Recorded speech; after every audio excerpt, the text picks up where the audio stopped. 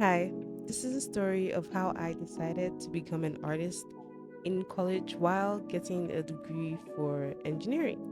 And if you're in college and or if you feel it's already too late for you to pursue art, stick with me to the end of this video and you'll see why it's not. So, I should start from the beginning. Just like most of you, you discovered your love of art at a pretty young age. You may not have been the best, but you really liked it and you wanted to get better. And for me, I did get better, but I gave up, kind of. You see, the thing is, I was trained to be realistic from a very young age. Like most of us, don't stray from the path, try not to do anything too unconventional. So, at a very young age, art was not even a consideration, it was completely out of the question. Then I realized I was actually good at this, and for how much it made me happy, I was even sadder because I thought this will never be real for me. I'm not gonna be an illustrator or work for an animation studio,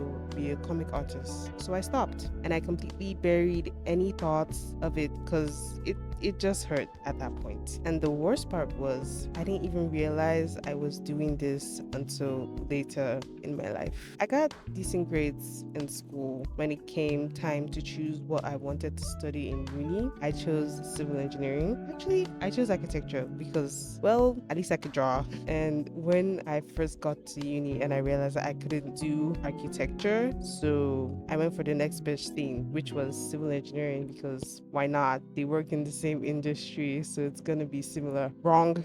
They are two completely different things that are worlds apart. By the time I realized this, it was already too late to do anything about it. So I just stuck with becoming a civil engineer. And then COVID happened, and I was stuck at home when I should have been discovering myself for my first year in uni. And I spent the first 6 months just going through the motions of lockdown until I got a call from my sister. She wanted me to draw for her. She was starting a new clothing brand and needed a fashion illustration. And well, I was the cheapest option. Until this day, it still marvels me at the fact that she had faith in me to actually pull this off. She even bought me all my supplies I needed. And mind you, I had not seriously drawn anything in probably over 2 years at this point. And at first I was nervous, but I did it and I didn't want to stop at that point. But then lockdown was over and I had to pack all my stuff and go back to school, where I was constantly reminded that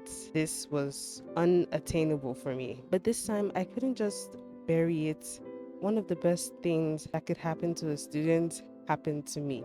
I didn't have a roommate for that year. I had a whole room meant for four all to myself, which was the best experience because during that time, I had no one but myself and my thoughts, and I was struggling in school, coming out of lockdown, and having to go for in person classes and having to interact with people. I was really struggling and I needed a way out. And I had these pencils, I had these watercolors and pens from when I thought I was going to do architecture, and the supplies my sister had gotten for me, I just went for it. This was the first painting I ever made. I had zero technical skills, just an idea in my head and sheer willpower. I had no expectations of this being decent, but I loved the way I felt during and after this entire process. And I couldn't believe that that was what I was missing out on all this time. I made sure that going forth, absolutely nothing is ever going to stop me from feeling this. And since then, to date, I have drawn, painted to my heart's content. I have owned my skill to the point that I feel comfortable sharing my art to the world, and I am happier for all of it. Don't get me wrong, it doesn't come without its challenges, but it's worth it. And yes, I still have every intention of completing my degree. I actually only have 1 year left, and by next year, I'm going to be on to work in the engineering industry, and I'm still going to make my art. And I have come to the conclusion that for me, it's not either or, it's both. I get fulfillment from both these aspects of my life, and I decided not to settle. I'm gonna make art, share my art, and sell my art and post it on YouTube.